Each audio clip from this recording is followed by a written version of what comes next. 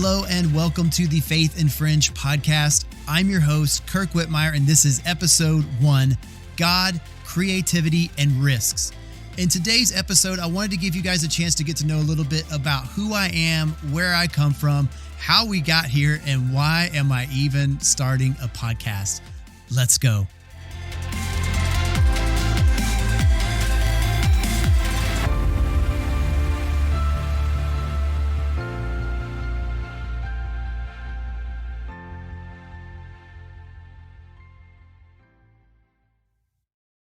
Here we are, guys, episode 1 of the Faith and Fringe podcast, and I could not be more excited to share this with you guys. This is a dream and a vision that I've had in my heart and in my mind for quite some time, and it wouldn't go away. I would wrestle with it, I would consider it, I would pick it back up, I would put it back down, but it just seemed to always come back up. And I think that's something that we need to pay attention to in our lives when there seems to be this dream or this vision that sits with us and doesn't go away easily. Pay attention to that. There could be something there. And I think for me, this was the thing that I needed to say yes to. So here we are. I've said yes. So what is the Faith and Fringe podcast? Well, I think the title should hopefully give away some of what you could expect and what we would get into on this show. But let me break it down for you a little bit. So the first part of this being faith.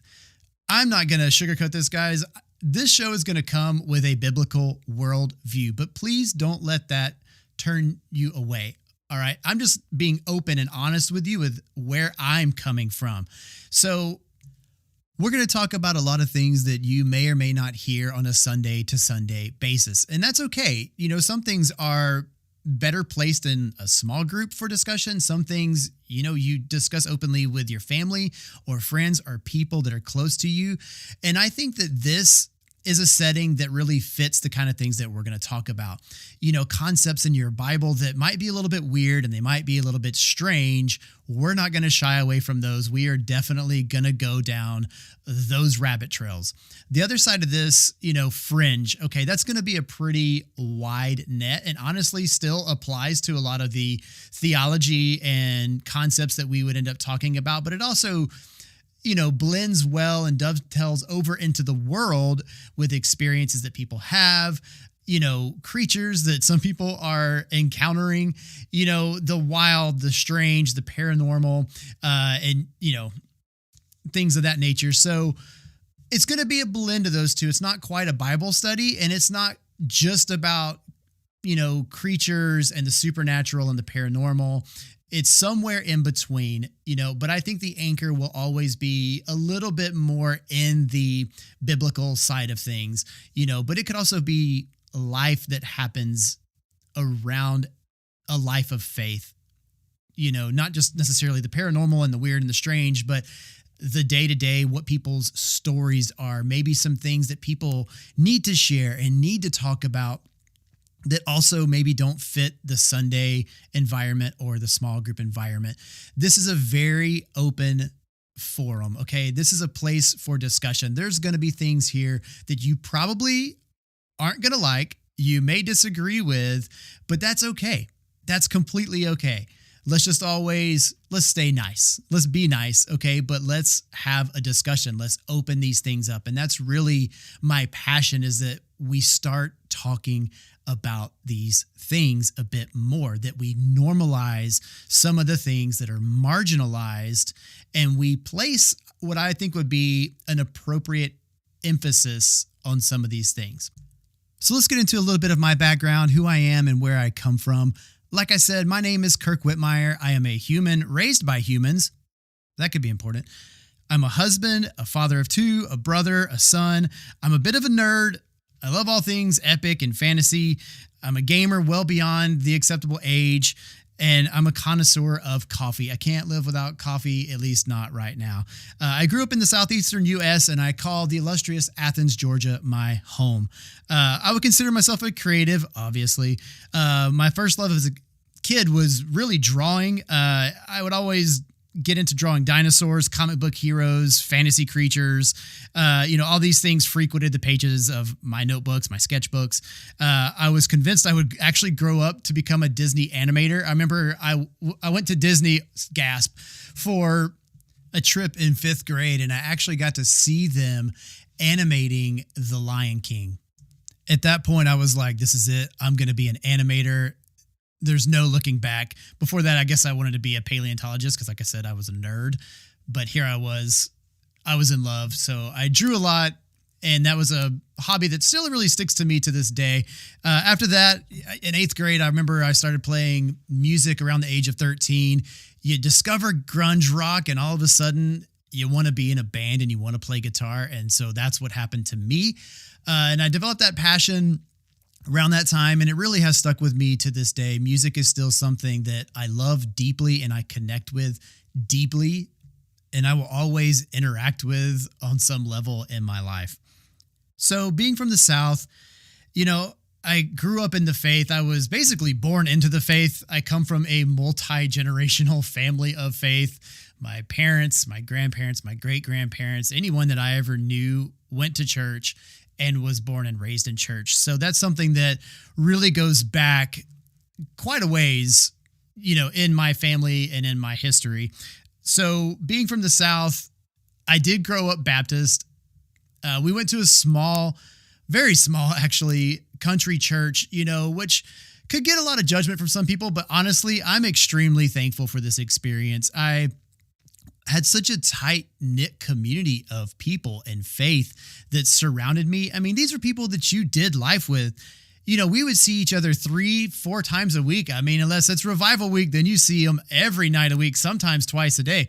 That's how you throw down in the Country Baptist Church. And so, some people might have referred to it as Baptist-costal, even though it was not even Pentecostal in the sense, but we just got a little more free. It wasn't like the harshest place, but I do remember the drama of adding a drum set and what that caused. So take that with a grain of salt. But the community, the people, I am so grateful to have grown up in a scenario where you really, honestly, church felt more like the small group in some ways, not in the sense that like it was cliquey, but that everyone interacted with everybody, and some of the larger church, and I go to a large church now, so this is not a knock on that side of things either. Both of these things are fantastic. It was really great. It felt like an extended family, so a lot of people have a lot of trauma that they grew up with, especially in the South and church, and how those things impacted their life. And those are things that we will discuss on this show and I want to bring to light. But for me personally, I had a great experience. A lot of my friends had great experiences too. I'm again grateful for the way that I grew up. So I went to church all through my life up until about the age of 18.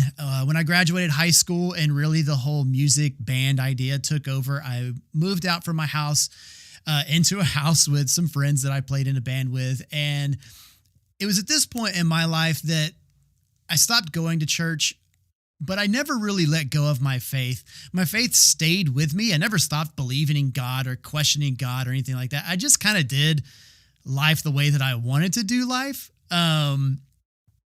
for a period up until about 22 years old. You can fill in the blanks and maybe we'll color out this picture a little bit more when we have more time. But, I just kind of cast off the ideas, cast off the chains and, did life in a way that a super wise 18-year-old would do life, right? But that's okay. Again, these are experiences that shaped me and things that I learned. By the time I was 21, though, something happened in my life that really began to turn the tide. And that event was losing my mother to cancer.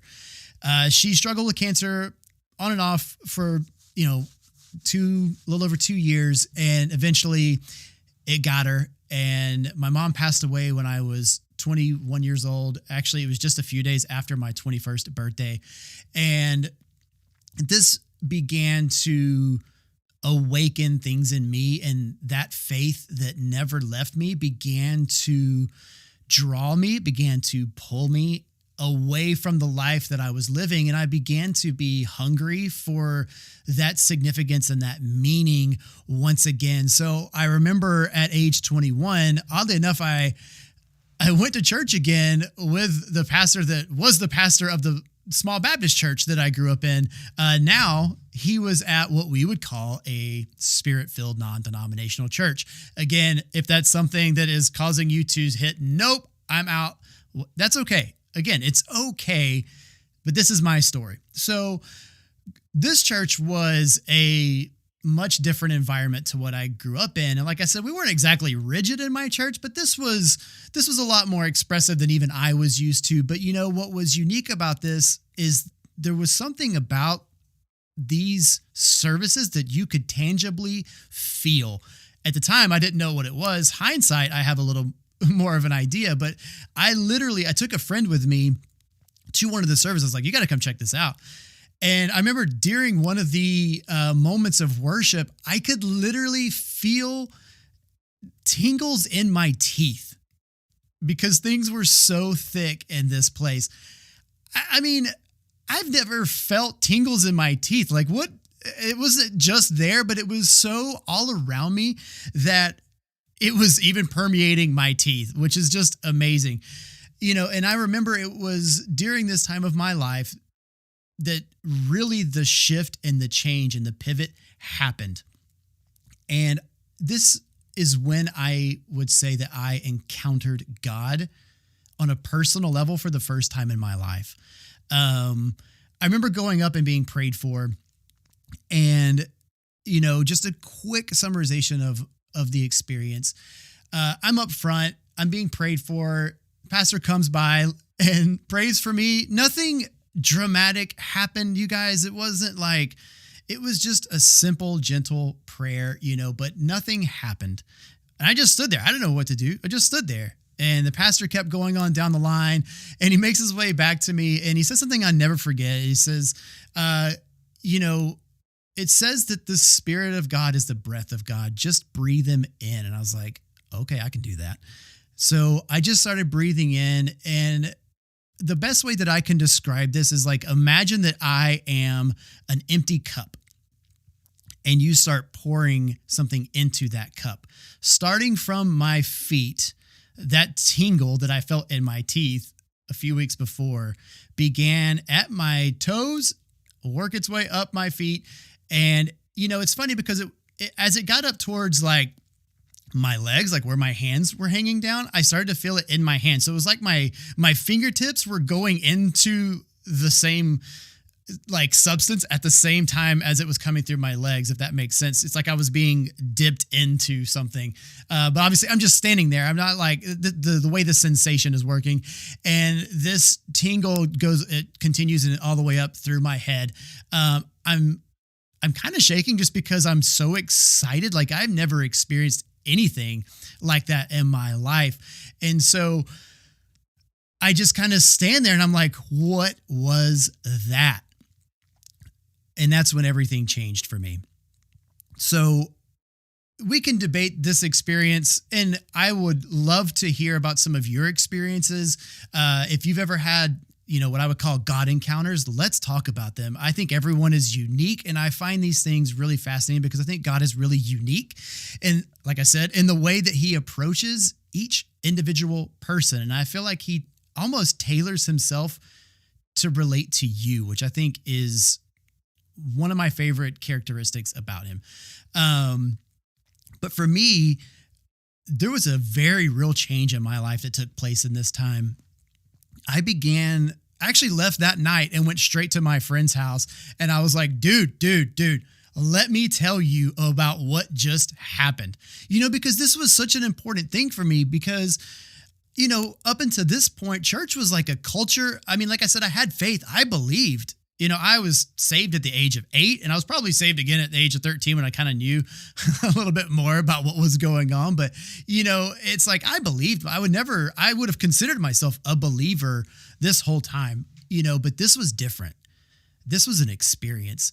This was God as a person becoming a reality to me in my life, and that was a game changer. The result of this was, they say like you'll know a tree by its fruit, right? So let's talk about the fruit. The result of this was A, I went to my friend and talked about it immediately. I shared this experience immediately.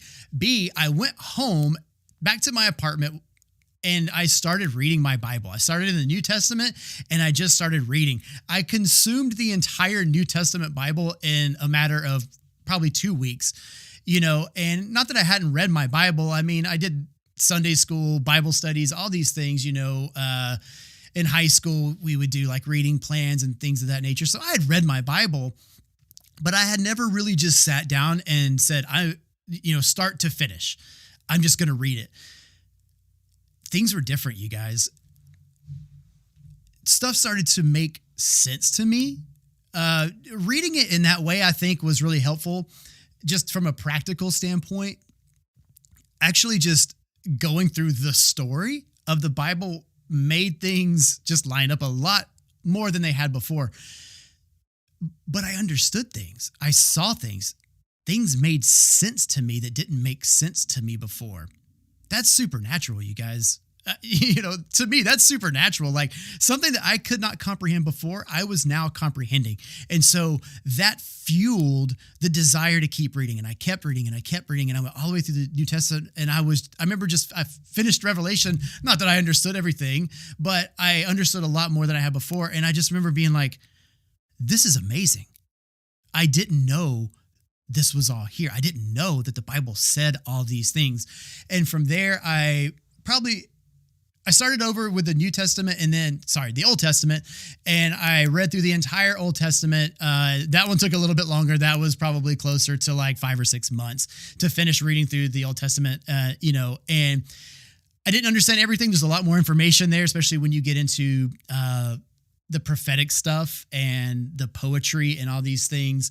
The symbolism that start coming to life. These things take study. But even still, being the naive little Bible studier that I was at this point, things were still making more sense. I still began to see more and more things, and things started coming to life. And I think that's where a passion for this podcast actually began, because I saw things that no one had talked about before. Like I remember reading, and look, this is going to be a very generic thing to some of you guys, but I remember years ago reading through Genesis, and you get to chapter 6 and you're like, wait, what? What did that just say? Hold on. That said that angels had children with women, and those children were giants. Hold up. Like that is, for so many of us, like I said, if that's something that's familiar to you, like we all know, like that is such a point where all of us start this journey of faith and fringe at the same time. I think that is probably the best summarization of the concept right there. And without a doubt, we will go there. And there's plenty of people that do go there. There's great resources out there, but there's so much more than that. And even in Genesis before that, there's so much more than that. And it just goes and it goes and it goes. But understanding even that one idea puts the whole Bible into a framework. Maybe not a framework, because I don't want to say like this is the container that holds the rest of the Bible, but this thread, this concept is so integral to understanding what happens all the way through the book of Revelation. Like if you don't understand what happens in Genesis, you are going to be lost all the way till Revelation on so many concepts. And again, those are the things that I would like to get into, which I guess kind of answers the last question, why a podcast? Well, that's it. We need a place where we can discuss these things. I'm not interested in this hard, rigid theology that claims to know everything. And I am not a person that is claiming to know everything either. What I am is a guy who is just asking questions and wanting to have a discussion with people that also have questions. This is how we grow. This is how we change. This is how we find new revelation, guys, and we need it. Okay, so let's go there. Let's not be afraid, right? Let's ask these questions. Let's create an environment where other people can ask questions. Let's do it together. That's my hope, is that maybe along the way here, we can all learn something. It's not like I'm creating a podcast to be like, hey, let me tell you how to think. Let me tell you what the truth is, okay? No, I'm going to say, hey, look, here's what I've learned, guys. What have you learned? And we'll come together and we'll share these ideas and we'll have these discussions. It's not going to be me every week. It's my intention to bring on guests on this show that are smarter than me and, maybe have done a little bit more of the legwork. And they have like the letters after their name, to prove it. I don't have any letters after my name. I do have a diploma in theology for what it's worth. I did go to seminary, but some of these experts in their field, I want to bring them on, and I want you guys to have a chance to hear professionals talk about some of these things so that you realize it's just not me coming up with these things. And these aren't just ideas that are rolling around in my head. These are things that the church and the community of faith at large are starting to talk about. It's so much more common now than it was even 10 or 15 years ago, and definitely more common than it was 20 years ago. Things have changed pretty rapidly over the past 2 decades when it comes to the topics in the church and the things that are discussed. I think a lot of that has to do with the internet, right? Like, we have so many more study and resource tools at our disposal that this information is so much more accessible. The Bible apps on my phone now are unbelievable. I mean, that I can hold a word and I get either the Greek or the Hebrew and all the uses of that word, all of the other words that stem from that word or what the root words are, all on my phone. Man, that is unbelievable. And that was not a reality until very recently in the grand scheme of things. So I think that's why we're starting to see more and more people have conversations like this. And so let's be a platform for that. You guys, I hope that interests you. I hope that excites you. It excites me. I can't wait to see where this goes. This wild, wild journey that is faith and walking with God. Look, God's kingdom is not something boring. God's kingdom is something very exciting, pretty wild, to be honest with you, and full of mystery. Okay. And that might be a buzzword, and that might be something that concerns some people, but mystery is something that God invites us into. Paul says, he considered himself a steward of the mysteries of God, and the proverb says that it is God's wisdom to conceal a matter or to hide a thing, and it is the glory of kings to seek them out. Guys, let's seek them out. Let's do it together. Thank you so much for joining me, guys. There's going to be a lot of content coming your way. Stay tuned. Follow along on social media. There's a Twitter account, Faith and Fringe. I'm on Instagram, FAF Podcast, and there's the Facebook group. Engage, comment, and join the discussion, guys. Join the community. Let's do it together. You're not alone. Don't let anybody convince you that you are alone. You're not weird. Maybe you are, but so am I. Let's be weird together. Thank you so much, guys. Have an awesome day. Have an awesome week. I'll see you next time. Peace.